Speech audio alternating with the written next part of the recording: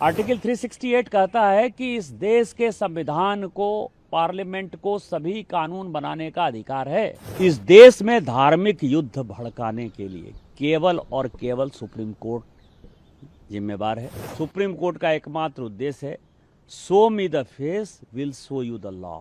Supreme court अपनी सीमा से बाहर जा रहा है। ट्वीट को लेकर के बहुत ज़्यादा हेडलाइंस बन रही हैं। आपने ट्वीट करते हुए लिखा है कि अगर सुप्रीम कोर्ट ही अगर कोर्ट से ही सारे कानून बनेंगे तो कहीं ना कहीं पार्लियामेंट के दरवाजे बंद कर देने चाहिए। बंद हो जाने चाहिए ना।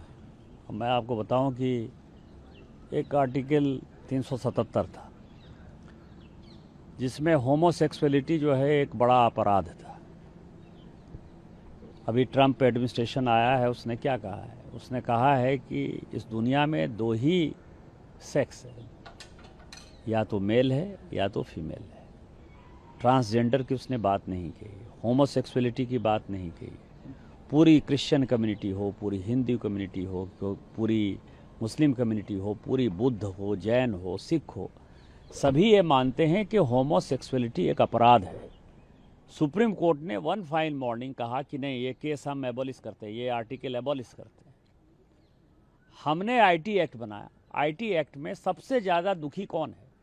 महिलाएं हैं, महिलाओं के पौर्ण आते हैं, बच्चे हैं, बच्चे के पौर्ण आते हैं, उनकी सेक्सुअलिटी के बारे में जो है हंगामा होता है। एक दिन सुप्रीम कोर्ट खड़ा होता है, वो कहता है 66 से ख़त्म कर दिया हमने, आईटी एक्ट ख़त्म कर दिया।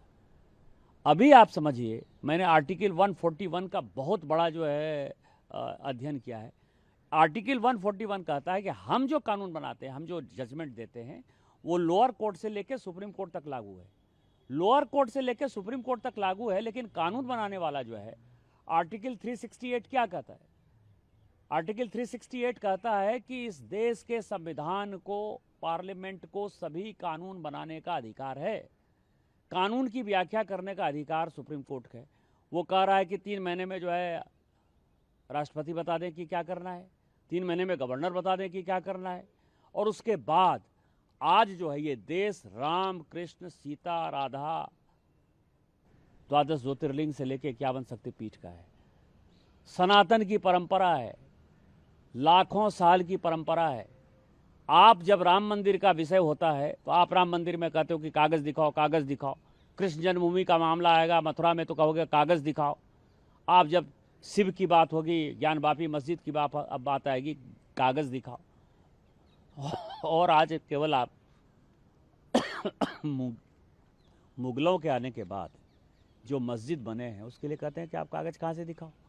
इस देश में धार्मिक युद्ध भड़काने के लिए केवल और केवल सुप्रीम कोर्ट जिम्मेवार है। सुप्रीम कोर्ट का एकमात्र उद्देश्य है show me the face will show you the law. Supreme court अपनी सीमा से बाहर जा रहा है। सुप्रीम कोर्ट की सीमा यह है कि भारत का संविधान जिस कानून को बनाया उस कानून की उसको व्याख्या करनी है, और यदि वो व्याख्या नहीं कर सकती है और सब कुछ के लिए सुप्रीम कोर्ट जाना है तो इस संसद का कोई मतलब नहीं है, विधानसभा का कोई मतलब नहीं है, उसको बंद कर देना चाहिए। जो अपॉइंटिंग अथॉरिटी है उसको आप निर्देश कैसे दे सकते हैं? भारत के चीफ जस्टिस का अपॉइंटमेंट भारत का राष्ट्रपति करता है। इस देश का कानून भारत का पार्लियामेंट बनाता है। उस पार्लियामेंट को आप डिक्टेट करेंगे? 5 जज बेंच की, जो मैं आपको बताऊं कि नज़ीर की एक जजमेंट है, 1942 की प्रिवी काउंसिल की जजमेंट है। उसमें यह कहा गया कि जहां कानून नहीं लिखा हुआ है उसके बारे में यदि प्रिवी काउंसिल या सुप्रीम कोर्ट कोई जजमेंट देती है तो बात समझ में आती है।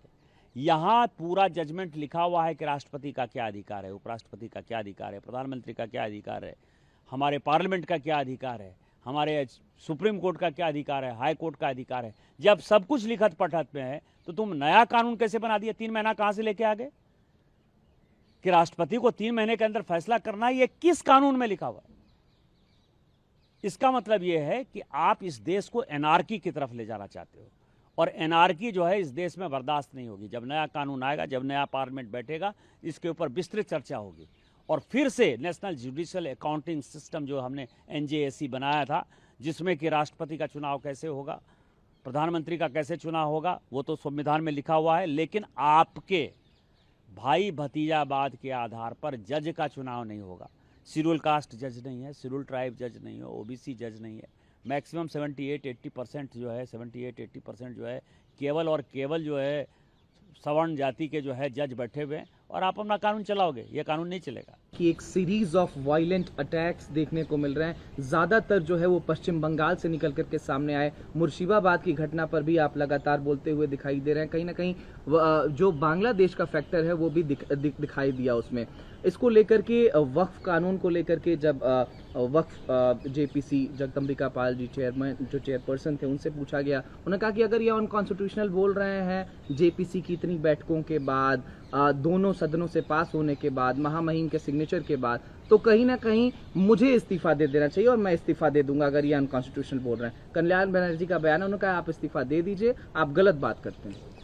इस देश में जितने गृह युद्ध हो रहे हैं उसके जिम्मेवार केवल यहाँ के chief justice of India Sanjeev Khanna साहब हैं।